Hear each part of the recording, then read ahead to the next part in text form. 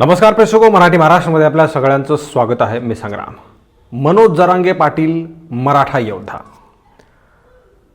गेल्या 15 ते 20 दिवसांपासून मनोज जरांगे पाटील हे मराठा आरक्षणाच्या संदर्भामध्ये महाराष्ट्रभर दौरा करत आहेत.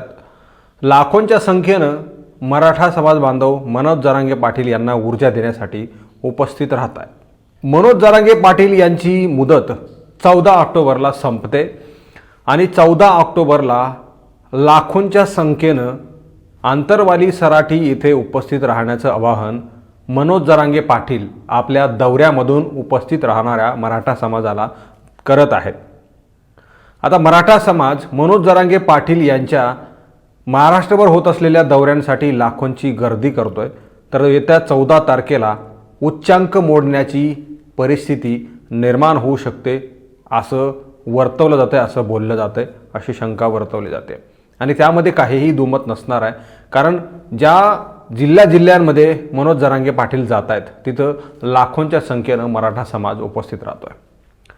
आता एकनाथ शिंदे यांनी मनोज जरांगे पाटील यांना शब्द दिलेला आहे की येत्या 30-40 दिवसांमध्ये तुम्हाला टिकणारं आरक्षण देऊ असं सांगितलेलं आहे. आता मनोज जरांगे पाटील यांना जे काही आश्वासन दिलेलं आहे त्या आश्वासनाला जवळजवळ 25 दिवस पूर्ण झालेले आहेत. म्हणजे आता येणाऱ्या 14 ऑक्टोबरला काय नेमकं होणार आहे हे सर्वांना माहिती होईल, किंवा मग काय शासनाची भूमिका असेल, सरकारची भूमिका असेल हे कळणार आहे. शिंदे सरकारने तर म्हणजे स्वतः शिंदे यांनी आंतरवाली सराठी येथे येऊन मनोज जरांगे पाटील यांना जे आहे ते आश्वासन दिलेलं आहे. आता शिंदे सरकार मराठा आरक्षणासंदर्भामध्ये कुठपर्यंत पोहोचलेले, जवळजवळ 25 दिवस पूर्ण झालेलेच आहेत. म्हणजे मराठा आरक्षणासंदर्भामध्ये एकनाथ शिंदे सरकारनं काय नेमकं केलेलं आहे हे अद्याप कोणालाही माहीत नाही. तशा प्रकारची बातमीसुद्धा पसरलेली नाही किंवा मग कोणालाही माहिती नाही. येणाऱ्या काळामध्ये 14 ऑक्टोबरला काय मनोज जरांगे पाटील यांच्यासोबत मराठा समाज निर्णय घेणार याकडे सगळ्यांचं लक्ष लागलेलंच आहे.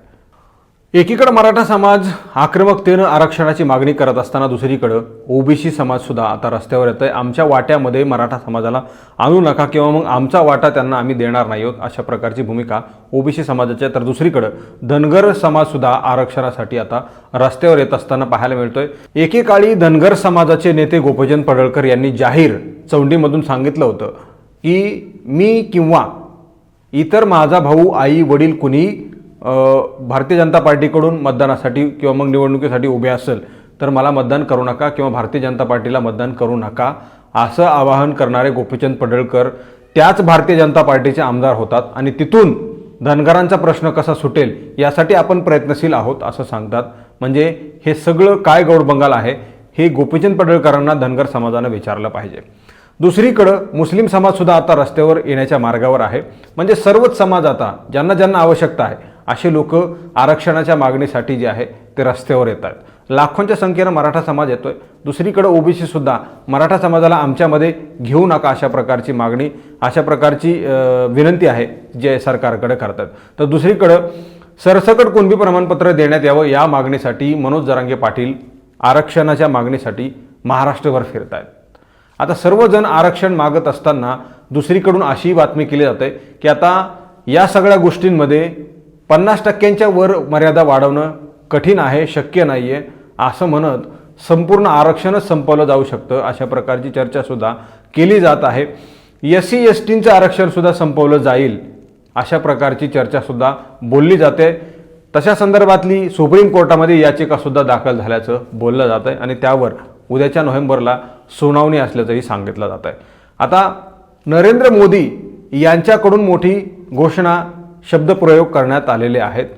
माझ्याकडं जाती आणि आरक्षण हा महत्त्वाचा मुद्दा नाही आहे, माझ्याकडं सगळ्यात महत्त्वाचा मुद्दा म्हणजे गरिबी आहे असं नरेंद्र मोदी म्हणतात.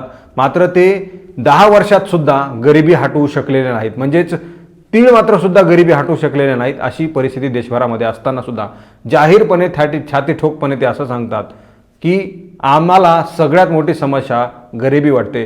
म्हणजे फक्त हे लोकांना उल्लू बनवण्याचं आणि लोकांना गोल गोल फिरवायचं हे सगळं राजकारण आहे. नरेंद्र मोदी आणि भारतीय जनता पार्टीचं हे लोकांना माहीत आहे. मात्र आता जरांगे पाटील यांच्या मागणीला कशा प्रकारे शिंदे सरकार खऱ्यामध्ये उतरणार हे पाहणं महत्त्वाचं आहे. तर दुसरीकडे देवेंद्र फडणवीस यांनी ओबीसींना ताकद दिल्याचंही बोललं जात आहे.